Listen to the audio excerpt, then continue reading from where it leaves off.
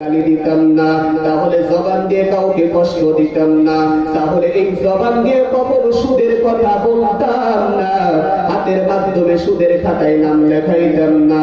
অতএব এই নবীজি তো আমাদেরকে বলে নাই আমাদেরকে জাহান্নামে নেওয়ার পূর্বে আপনার নবীকে আগে জাহান্নামে দিয়ে দেন।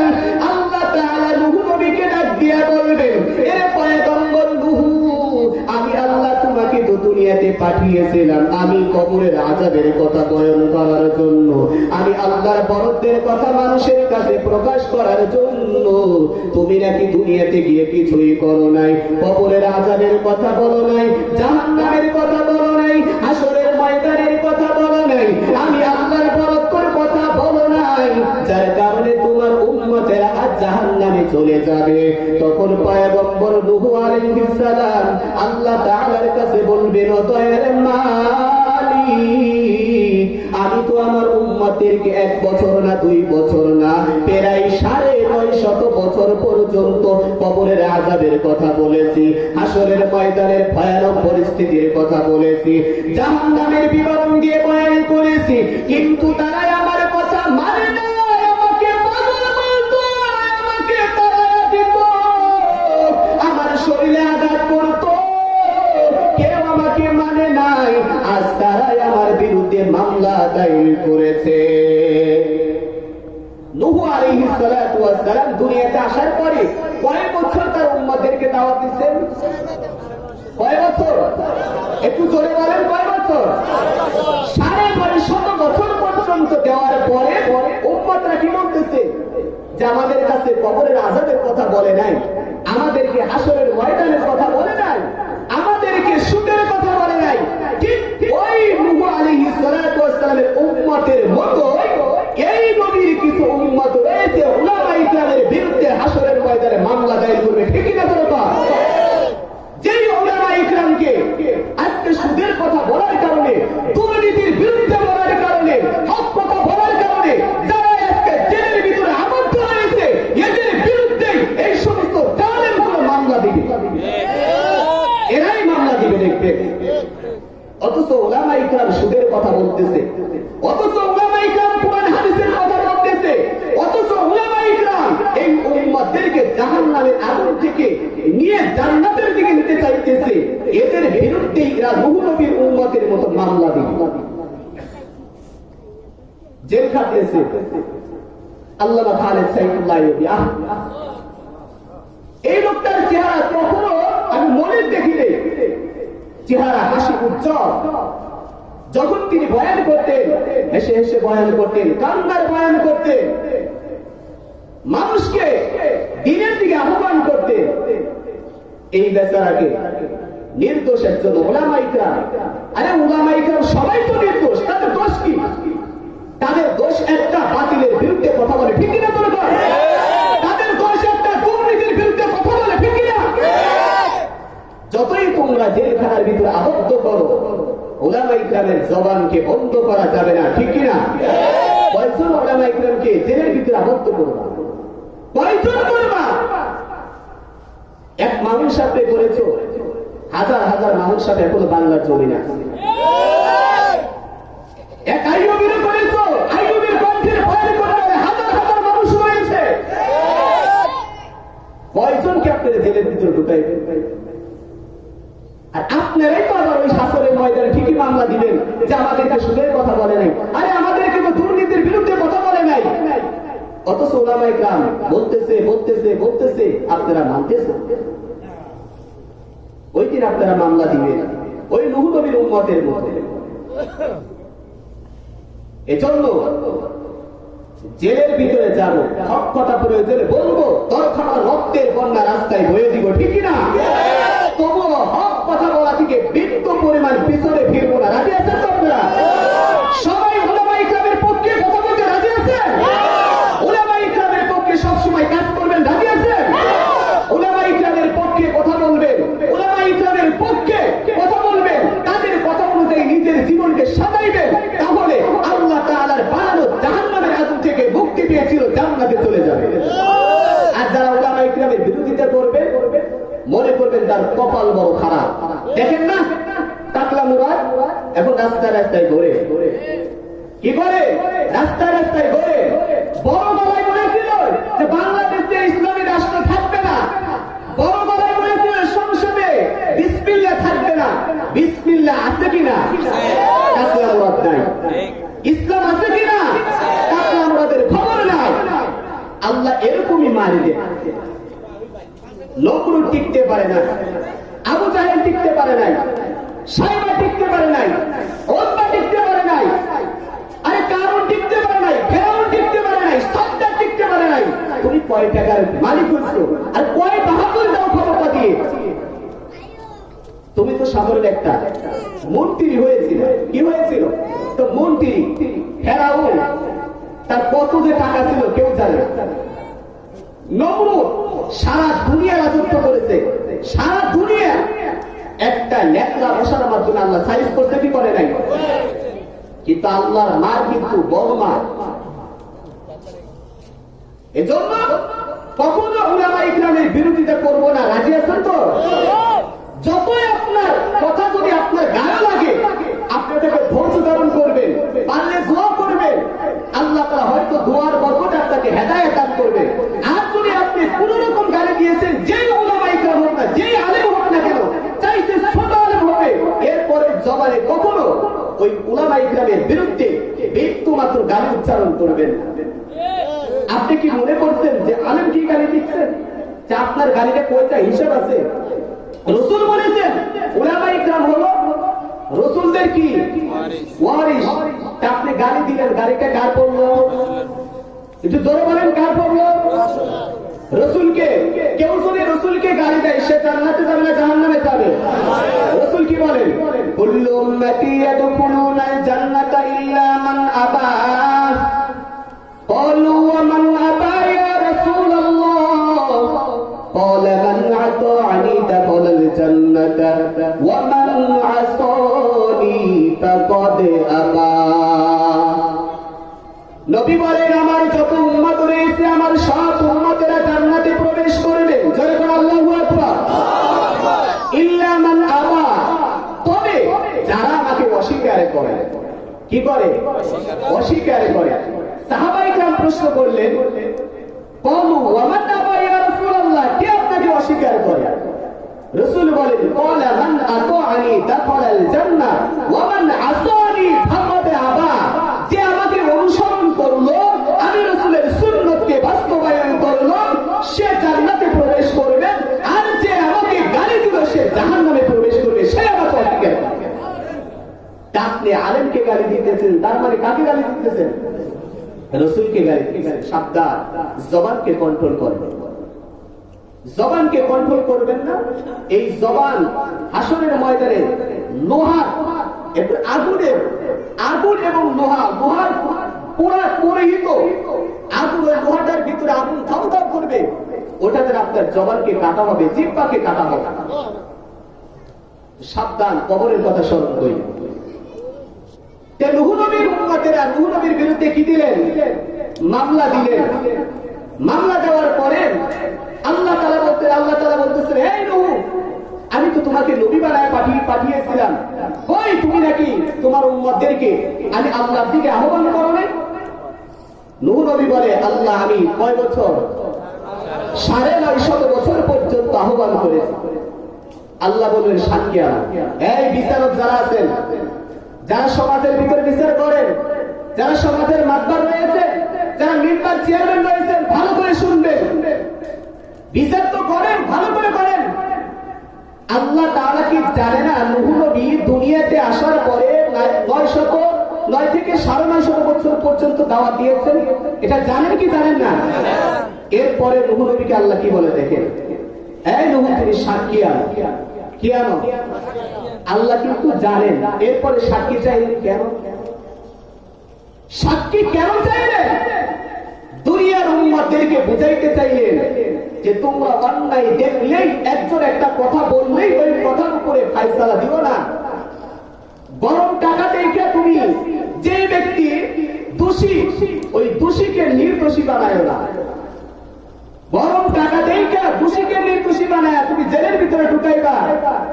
আর যেই ব্যক্তি প্রকৃত দোষী না, যে তাকে তুমি দোষী বানাইবা, যে দোষীকে নির্দোষ বানাইবে, আর যে ব্যক্তি দোষী না তাকে তুমি দোষী বানায় জাহান্নাম জেলের ভিতরে আবদ্ধ করবা। আল্লাহ তাআলা সাবধান করে দিলেন আমার কাছ থেকে বিচার কার্য শিক্ষা কেমন করে বিচার করতে হবে।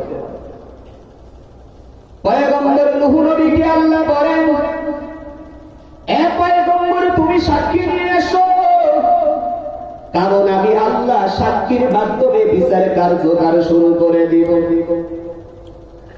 নূহ নবী পেরেশান হয়ে গেলেন, হাসরের ময়দানে পুরো পেরেশান। পয়গম্বর নূহ নবী চিন্তা করতেছেন কে আমার পক্ষে সাক্ষী দিবে, কারণ আমার পূর্বে তো আল্লাহ কাউকে রাসূলিয়ত দান করেন নাই। আমার পক্ষে কে সাক্ষী দিবে? নূহ নবী হাসরের ময়দানে পেরেশান অবস্থায় পড়তেছেন। এমন সময় উম্মতে মুহাম্মাদি ডাক দিয়ে বলেন, ও পয়গম্বর, আপনার মনটা দেখি খারাপ, আপনার চেহারাটা বলি, কারণ কি জানতে চাই? নূহ নবী উম্মতে মুহাম্মাদিদেরকে ডাক দিয়ে বলেন, রে উম্মতে মুহাম্মাদের দল, আমার যে দুঃখ, আমার দুঃখের কথা তোমাদের কাছে কি বলবো, কারণ আমার উম্মতেরা আমার বিরুদ্ধে মামলা দিয়েছে, আমি নাকি দুনিয়াতে তাদেরকে কালিমার কথা বলে নাই, কবরের আযাবের কথা বলে নাই, হাসরের ময়দানের ভয়ানক পরিস্থিতির কথা বলে নাই।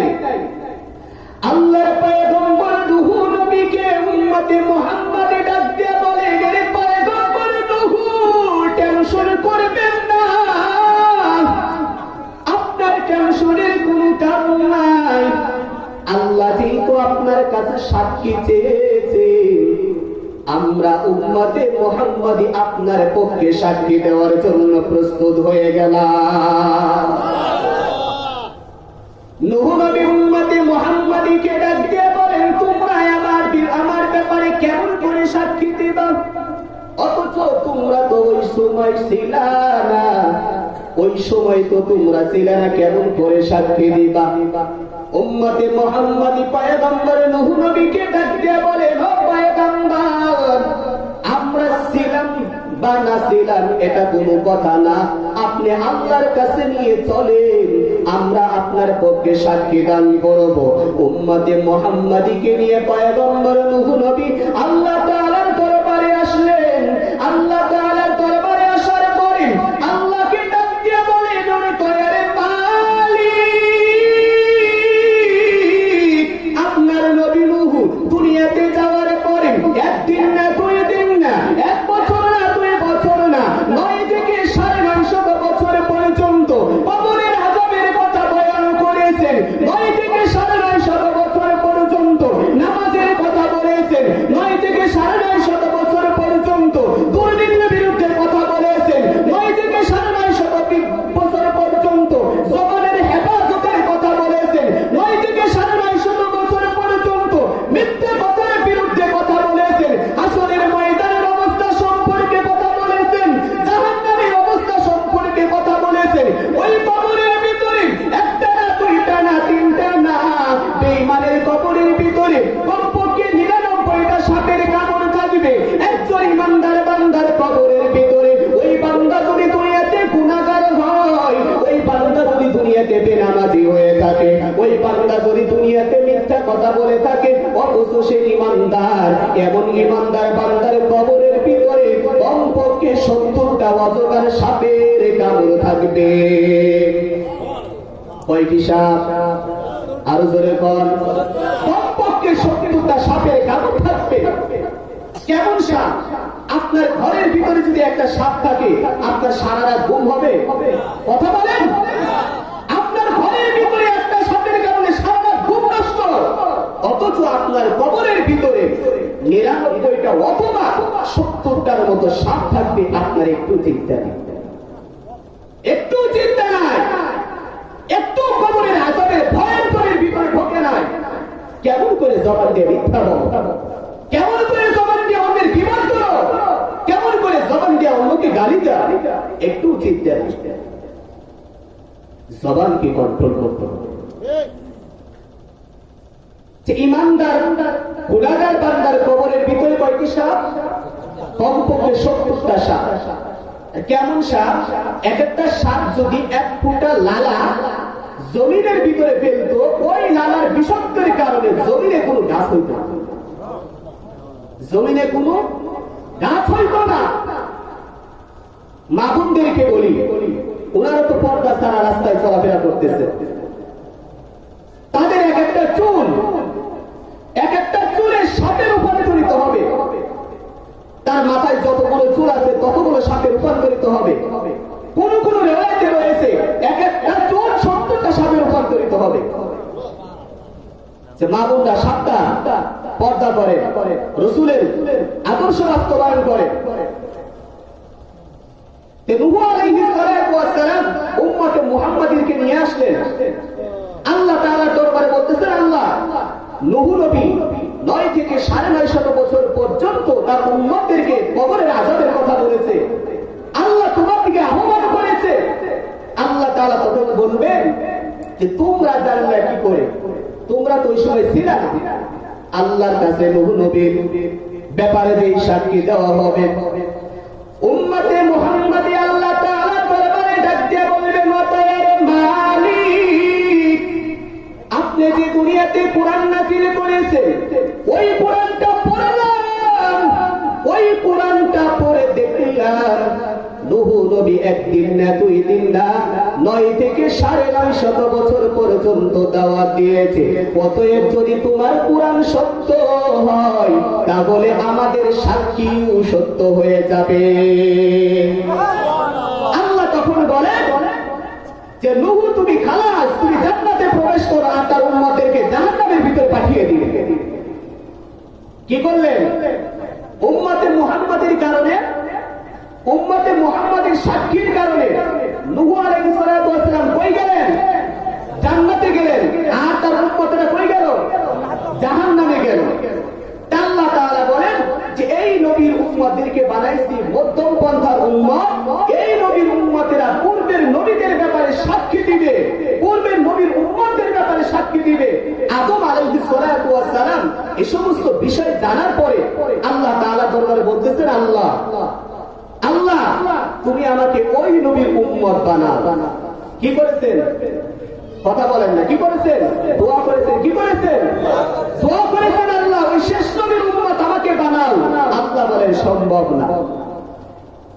সমস্ত নবীরাই দোয়া করেছেন যে আল্লাহ শেষ নবীর উম্মত বানাও। আল্লাহ বলেন সম্ভব না। যে আমি আপনি একবারও দোয়া করলাম না, দোয়া ছাড়াই আল্লাহ তাআলা আমাদেরকে কোন নবীর উম্মত বানাইছে? আরো জোরে বলেন। ওই নবীর উম্মত হয়ে আমার খুশি না বেজার? কেমন করে বুঝবো? আপনার চেহারার দিকে তাকাইলে মনে হয় আপনি নবীর উম্মত হওয়া পছন্দ করেন। আপনার চেহারা দাড়ি কোথায়? আপনার হাতের দিকে তাকাইলে মনে হয় আপনি এই নবীর উম্মত হয়ে আপনি পছন্দ করেন না, আপনি মুহাব্বত করেন না, এটা আপনার ভালো লাগে না।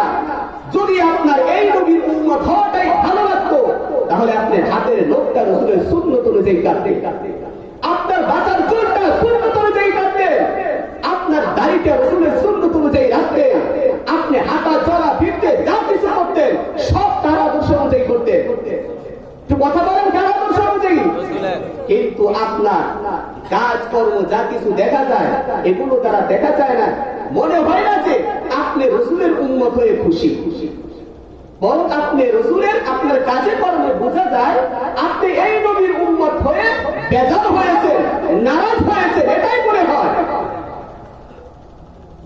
আপনার চেহারাটা কেন ইহুদি খ্রিস্টানদের মতো হবে? আপনার চুলটা কেন ইহুদি খ্রিস্টানদের মতো কাটা হবে? আপনার হাঁটা চলা কেন ইহুদি খ্রিস্টানদের মতো হবে?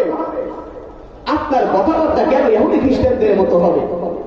এই কথা কর্ম, এই কাজগুলোর মাধ্যমে তো প্রমাণ হয় আপনি কাকে মুহাব্বত করেন, রাসূলকে মুহাব্বত করেন নাকি ইহুদি খ্রিস্টানদেরকে মুহাব্বত করেন। আপনার চলাফেরা, কথাবার্তা, কাজকর্ম দ্বারা প্রমাণ হয়।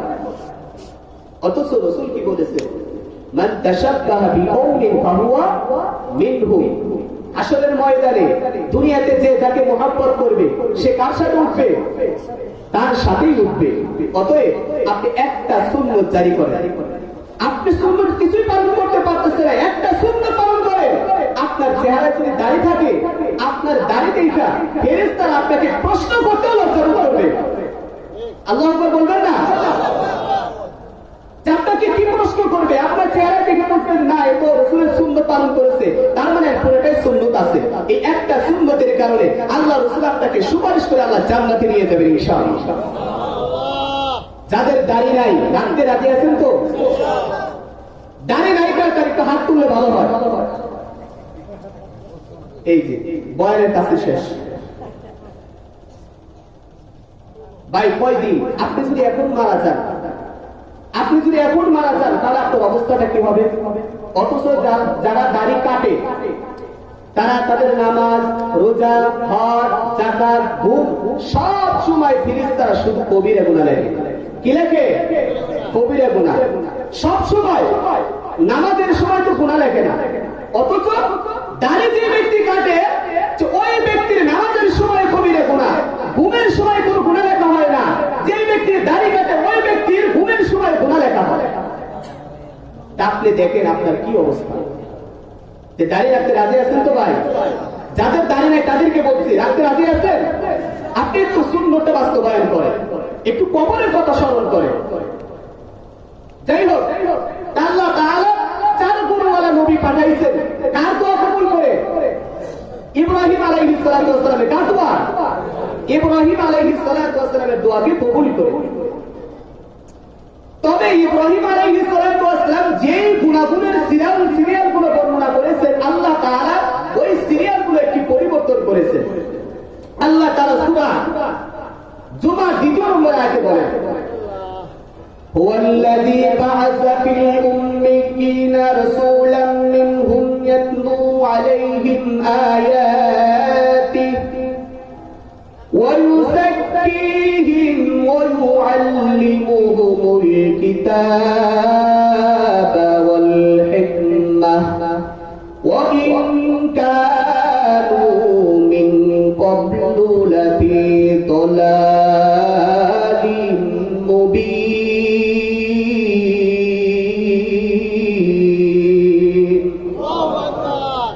আল্লাহ পয়গম্বর ইব্রাহিম নবীর দোয়াটা কবুল করে 4 গুণওয়ালা নবী দুনিয়াতে পাঠাইলেন।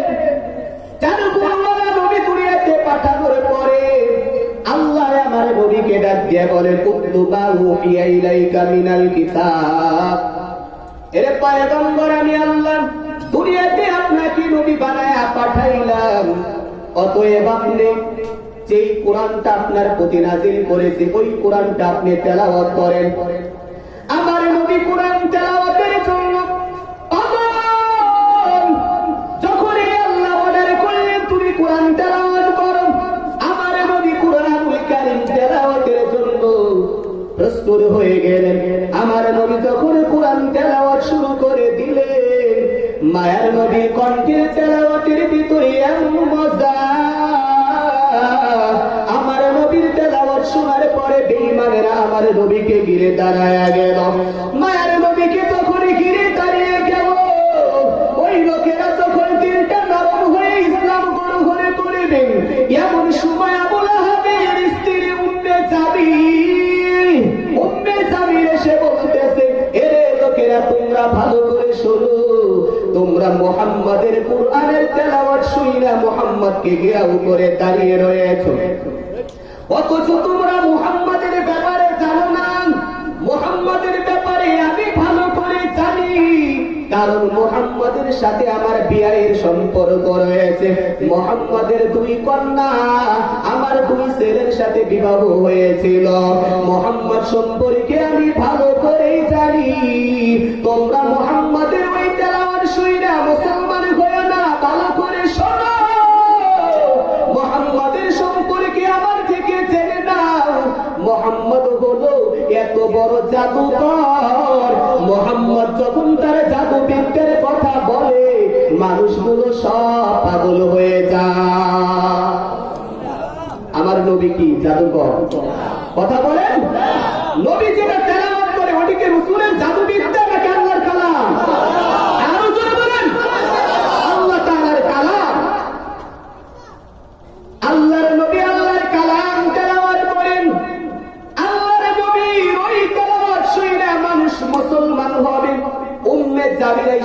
বাধা দিল। আমার নবীর মনটা বড় খারাপ, নবী মনটা ভারাক্রান্ত হৃদয় নিয়ে ওখান থেকে চলে গেলেন। ওখান থেকে চলে গিয়ে মায়ার নবী অন্য জায়গা তেলাওয়াত করতেছে। আমার নবী যখন তেলাওয়াত করলেন, আমার নবীর তেলাওয়াত বন্ধ করার জন্য আবু লাহাব আইসা হাজির হয়ে গেল। আবু লাহাব ডাক দিয়ে বলেন, ও বাতিজা, তেলাওয়াত বন্ধ করে দাও। আমার নবী ডাক দিয়ে বলেন, চাচা ভালো করে শোনো, আল্লাহ আমাকে দুনিয়াতে পাঠিয়েছেন এই কালাম তেলাওয়াত করার জন্য। অতএব আপনি আমাকে যতই পাতা দেন, আমি কিন্তু আল্লাহর কালাম তেলাওয়াত বন্ধ করব না। অতএব আমি তেলাওয়াত করবই, যতই পাতা দাও না কেন চাচা। আমার নবী আবু লাহাবের কথা না শুনিয়ে তেলাওয়াতও চালু করে দিলেন। আবু লাহাব বাড়িতে গিয়ে উম্মে জামিলকে ডাকতে বলেন, রে উম্মে জামিল, তোমার ভাতিজারে আমি তেলাওয়াত বন্ধ করতে বললাম, তোমার ভাতিজা তেলাওয়াত বন্ধ করে না। অতএব তুমি যাও, তোমার ভাতিজারে তেলাওয়াত বন্ধ করে দাও। উম্মে জামিল হাতের ভিতরে দুইটা পাথরের টুকরা নিয়ে আমার নবীর দিকে রওনা করেছেন। আমার নবী তেলাওয়াত করতেছেন, আবু বকর তেলাওয়াত গুলো মনোযোগ সহকারে শুনতেছেন। আমার নবীর তেলাওয়াত শুনতেছেন হযরত আবু বকর। উম্মে জামিল পাথরের টুকরা নিয়ে যখন আমার নবীর দিকে রওনা করেছেন, আমার নবীকে আবু বকর ডাক দিয়ে বলেন, ও পয়গম্বর, উম্মে জামিল দেখি পাথরের টুকরা নিয়ে আপনার দিকে রওনা করেছেন, আপনাকে পাথর মারবে। আমার নবী আবু বকরকে ডাক দিয়ে বলেন, রে আবু বকর, ভালো করে শোনো, মনে করেছো এখানে আমি আর তুমি? না না, এখানে আরো একজন আছে। তিনি কে? আরো জোরে বলেন, তিনি কে? আল্লাহর নবী বলেন, ইন্নাল্লাহা মা'ানা। এরে আবু বকর, ভালো করে শোনো, এখানে আমি আর শুধু তুমি না, এখানে আরো একজন আছে, তিনি হলেন আমার মাওলা। আবু বকরকে বলে, আবু বকর একটু শান্ত হও, টেনশন করবা না। আবু লাহাবের স্ত্রী উম্মে জামিল আস্তে আস্তে আমার নবীর কাছে চলে আসলো। আমার নবীর কাছে আসার পরে উম্মে জামিল আবু বকরকে ডাক দিয়ে বলে, হে আবু বকর, তোমার সাথী কই? তোমার সাথীকে যদি আমি পাইতাম, তাহলে পাথরের টুকরা দিয়ে মেরে দুনিয়া থেকে বিদায় করে দিতাম। আমার নবী কোন জায়গা? আবু বকরের সাথীর কথা বলতেছে। কোন জায়গা? আবু বকরের সাথীর কথা বলতেছে। অথচ আবু বকরকে উম্মে জামিল দেখলো। দেখলো না কাকে? বোঝেন নাই? আবু বকরকে দেখেছে, দেখে নাই কাকে? নবীকে দেখে নাই। কাকে দেখে নাই? নবীকে দেখে নাই। অথচ আবু বকরের সাথী আমার নবী তেলাওয়াত করতেছে। এই যে মাঝখানে পর্দা কে সৃষ্টি করে দিল? আবু বকর এই কারিশমা দেখে আমার নবীকে বলতেছেন, ও পয়গম্বর, এটা কি কারিশমা দেখাইলেন, কি মুআজিজা দেখাইলেন? এখানে আমি আর আপনি কথা বলতেছি, উম্মে জামিল আমাকে দেখলো অথচ আপনাকে দেখলো না, কারণ কি? আল্লাহ তাআলা রাসূলের এই ব্যাপারে আয়াত নাযিল করেছেন। আল্লাহ রাসূল বলেন, আবু বকর, তুমি কি সূরা বনী ইসরাঈলের ৪৫ নম্বর আয়াত পড়ো নাই? ওই আয়াত আল্লাহ কি বলে? وَإِذَا قَرَأْتَ الْقُرْآنَ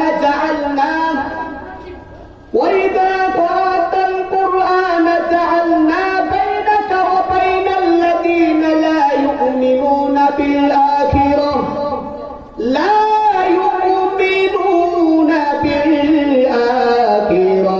حِجَابًا مَسْتُورًا।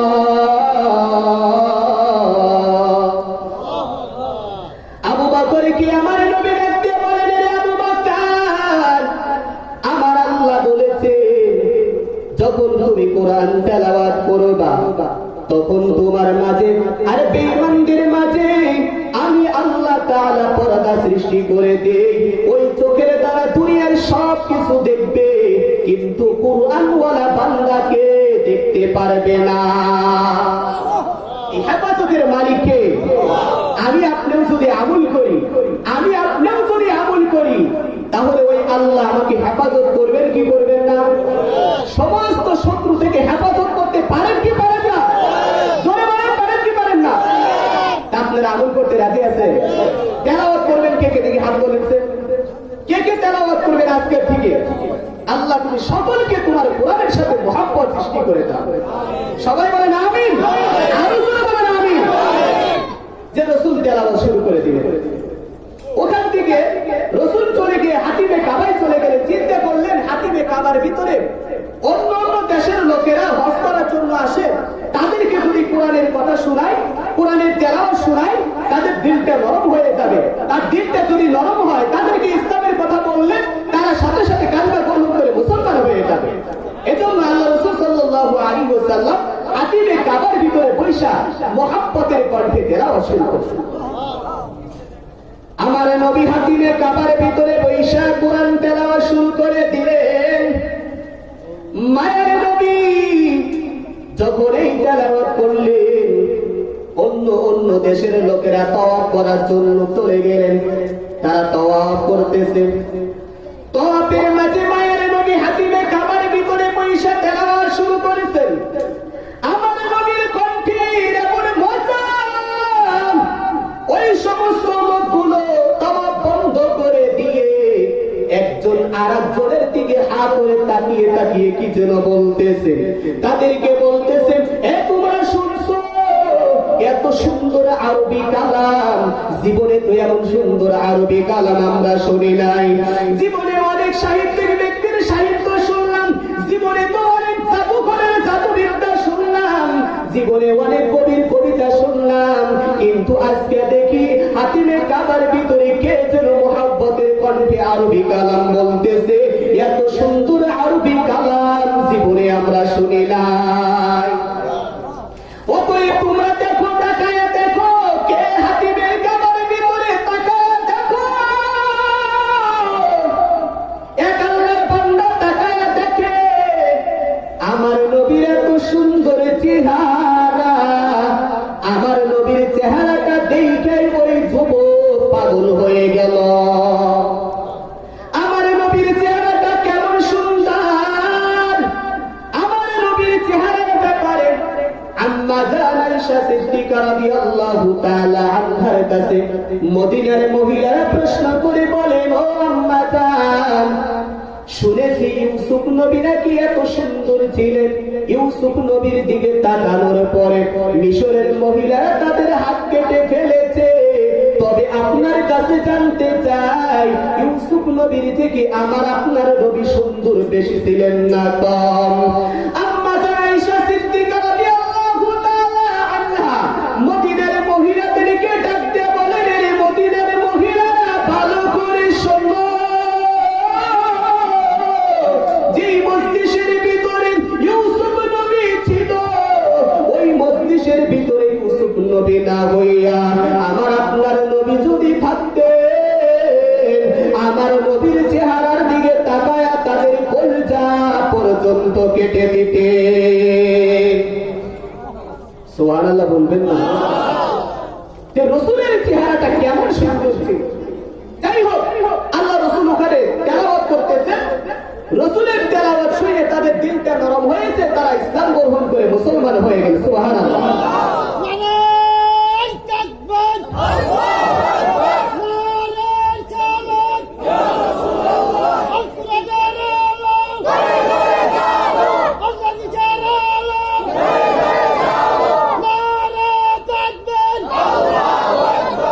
নবীর তেলাওয়াত শুনে তারা মুসলমান হয়ে গেল। কে যেন আবু জাহেলের কাছে খবর জানায় দেয়, মুহাম্মাদের তেলাওয়াত শুনে হাতিমে কাবা তওয়াফ করার জন্য যারা আসছে তারা ইসলাম গ্রহণ করেছে। এই খবরটা শোনার পর আবু জাহেল দৌড়ায় আসলেন। আবু জাহেল আসার পরে ওই লোকদেরকে বলতেছেন, তোমরা মুহাম্মাদের কথা শুনবা না, মুহাম্মদ একজন বড় জাদুকর। মুহাম্মদের মতো বড় জাদুকর কেউ নাই, কেউ নাই। আমার নবীকে যখন আবু জাহেল জাদুকর বলল, বাকি আর লোকেরা ইসলাম গ্রহণ করলো না, ওখান থেকে চলে গেল। নবীর মনটা রূপারাক্রান্ত হয়ে গেল। আমার নবী ওখান থেকে চলে গেলেন তায়েফের ময়দানে। তায়েফের ময়দানে যাওয়ার পরে আমার নবী ওখানে তায়েফবাসীদেরকে কোরআন তেলাওয়াত করে শোনান। আমার নবীর কণ্ঠের তেলাওয়াত শুনি না আবু জাহেল তায়েফবাসীদেরকে বলতেছে মুহাম্মদ পাগল হয়ে গেছে, মুহাম্মদকে এখান থেকে পাথর মেরে তাড়ায়া দাও। ওই সমস্ত লোকেরা আমার নবীর শরীরে পাথরের আঘাত, আমার নবীর পাথরের আঘাতে আঘাতে শরীর থেকে রক্তগুলো টপটপ করে পড়তেছে। আমার নবী চোখের পানি ছেড়ে আল্লাহর দরবারে বলেন, দয়ার মালিক, আমার কি অপরাধ, আমার কি অপরাধ। আমি আজকে তো কোরআনের কথা বলি, আমি আজকে তো মানুষকে জাহান্নামের আগুন থেকে জান্নাতের দিকে নিয়ে যাই, আমি আজকে মানুষকে জান্নাতের দিকে আহ্বান করি। এটাই আমার অপরাধ, এটাই আমার অপরাধ। আজ আমাকে পাথর মেরে রক্তাক্ত করে দিল। আল্লাহর নবী যখন চোখের পানি ছেড়ে মালিকের দরবারে কান্না করতেছেন, আমার আল্লাহ আমার নবীর চোখের পানি ধৈর্য ধারণ করতে পারেন না। আল্লাহ দুইজন ফেরেশতা হাজির করে দিলেন। ফেরেশতারা এসে বলতেছেন, ও পয়গম্বর, আপনি যে কান্না করেন, আপনার কান্না আমরা ধৈর্য ধারণ করতে পারি না রে পয়গম্বর। অতএব আপনি একটু অনুমতি দেন, আমরা পাহাড় চাপা দিয়ে তাদেরকে দুনিয়া থেকে বিদায় করে দেই। আমার নবী বলেন, না না না,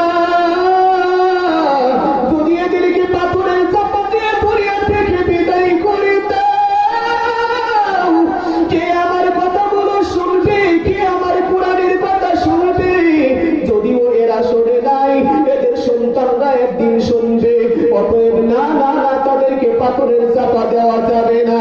আল্লাহর নবী যখন জবানে এই কথা বললেন, তখন আমার নবীকে আল্লাহ সান্ত্বনার বাণী শোনায়া বলেন, এর পয়গম্বর তাহলে ভালো করে শোনেন, যে বেঈমানেরা আপনাকে পাথর মেরে শরীরকে রক্তাক্ত করে দিল, আমি আল্লাহর ওয়াদা, আমি আল্লাহ ওয়াদা করলাম এই মক্কার ক্ষমতা আমি আল্লাহ আপনার হাতেই তুলে দিব।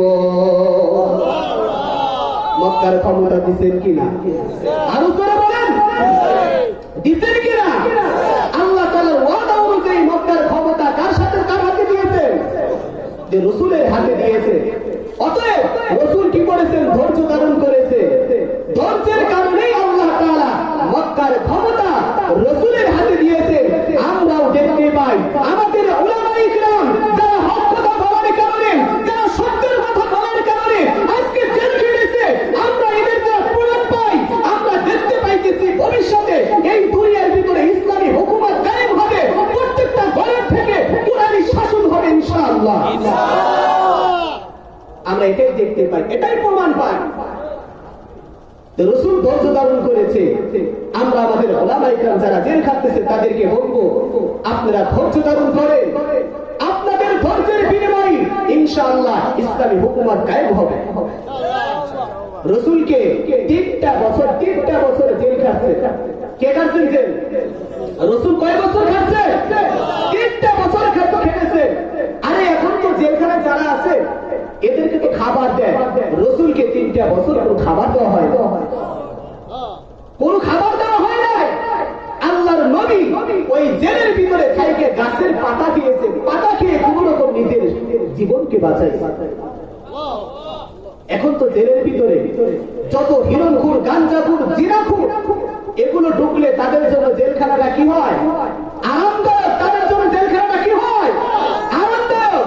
আর যারা কোরআনের পাখি, যারা কোরআনের কথা বলে, যারা কোরআনের দিকে মানুষকে আহ্বান করে, যারা মানুষকে জান্নাতের দিকে আহ্বান করে, যারা মানুষকে জাহান্নামের আগুন থেকে মুক্তি দিতে চায়, যারা নামাজের দিকে আহ্বান করে, সত্যের দিকে আহ্বান করে, তাদের জন্য জেলখানাটা হয় জাহান্নাম। জাহান্নামের টুকরা, ঠিক কিনা? এগুলো সব ক্ষমতার বাহাদুরি। কিসের বাহাদুরি ভাই? ক্ষমতা বেশি দিন টিকবে না, ক্ষমতা বেশি দিন টিকে না, এই ক্ষমতা বেশি দিন টিকে না। কিন্তু আল্লাহ ধরা কিন্তু মারাত্মক ধরা। আল্লাহ যখন ধরবে, দুনিয়ার কোন মানুষের ক্ষমতা আছে ওই ধরা থেকে ফিরানো? কথা বলেন, আপনি করে বলেন, কোন ক্ষমতা নাই। যতই অস্ত্র কামান দেখাও না কেন, এগুলো কোনো কাজে লাগবে না, কোনো কাজে লাগবে না। আজরাইল যখন ধরবে, থাপা দিয়ে ধরবে, আজরাইলের হাতের থেকে বাঁচার কোনো ক্ষমতা না। সাদ্দাত বলেছে আমাকে একটু সময় দাও, দিয়েছিল? এমন সময় আসবে তখন বলবে আমাকে একটু সময় দাও, তওবা করো, সম্ভব না। এজন্য আমাদেরকে সর্ব অবস্থায় কিসের পক্ষে থাকতে হবে? কোরআনের পক্ষে। কার পক্ষে? কোরআন যারা তেলাওয়াত করবে, যারা কোরআনের আলেম, তাদের পক্ষে আমরা থাকবো। রাজি আছি তো ইনশাআল্লাহ? জীবনে কারো বিরোধিতা করবেন না, জবান দ্বারা কোনো ওলামায়ে কেরামকে গালি দিবেন না, পারলে দোয়া করবেন আল্লাহ তাআলা আমাদের সকলকে এই কথাগুলোর উপরে সহিহ তরিকায় আমল করার তৌফিক দান করে। সবাই বলে আমিন। ওয়া আখিরি দাওয়ানা আলহামদুলিল্লাহি রাব্বিল আলামিন।